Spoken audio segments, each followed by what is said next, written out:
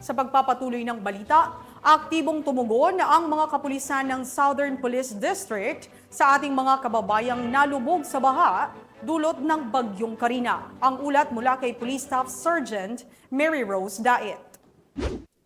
Sa kabila ng malakas at walang patid na pag-ulan dulot ng Bagyong Karina kahapon, nagpakita ng agarang aksyon ang Southern Police District upang siguruhing ligtas ang mga residente sa nasasakupan. Simula pa lamang ng umaga, inactivate na ng SPD ang Search and Rescue Team upang mabilis na makatugon sa anumang pangangailangan ng apektadong komunidad. Kasama rito ang pagsasailalim sa inspeksyon ng mga kagamitan para sa search and rescue operations.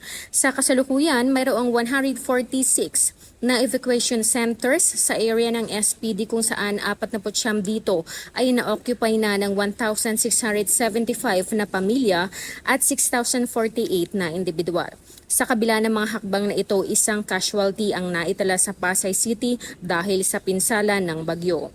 Aktibo rin ang buong pwersa ng SPD sa pagtulong sa rescue operations at patuloy na monitoring ng sitwasyon.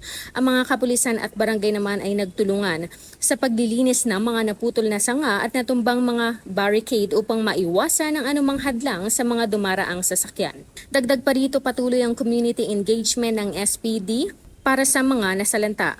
Makikita rin ang agarang tulong mula sa mga kapulisan ng DCAT at RCSP sa isang eskwelahan sa Makati kung saan ipinatransfer nila ang halos 5,000 mga aklat, sapatos, emergency kits, uniforme at mga bags, kasama na rin ang mga electronic gadgets na apektado ng pagbaha. Papasalamat po kami dito sa Maximo Estrella Elementary School sa pagtulong po ng RCSP Makati at SPD DCAT at kay District Director, Police Brigadier General Leon Victor Rosete, and Police Colonel Jenny Texon, Chief ng DCAT, at sa mga kapulisan na tumulong po sa paglalagay ng mga gamit po natin, school supply sa mas mataas na lugar, at sa paglilinis po na nabahang lugar po dito sa Pasay City. Maraming salamat po.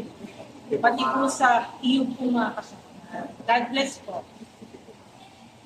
Ngayong araw ay inaasahan ang pag-alis ng Bagyong Karina sa Philippine Area of Responsibility, ngunit patuloy pa rin ang SPD sa closely monitoring at pagbibigay ng tulong at serbisyo sa mga nasalantang komunidad. Mula dito sa Southern Police District, ako ang inyong Police News Network Correspondent, Staff Sergeant Mary Rose Daet, alagad ng batas, tagataguyod ng Balitang Pulis.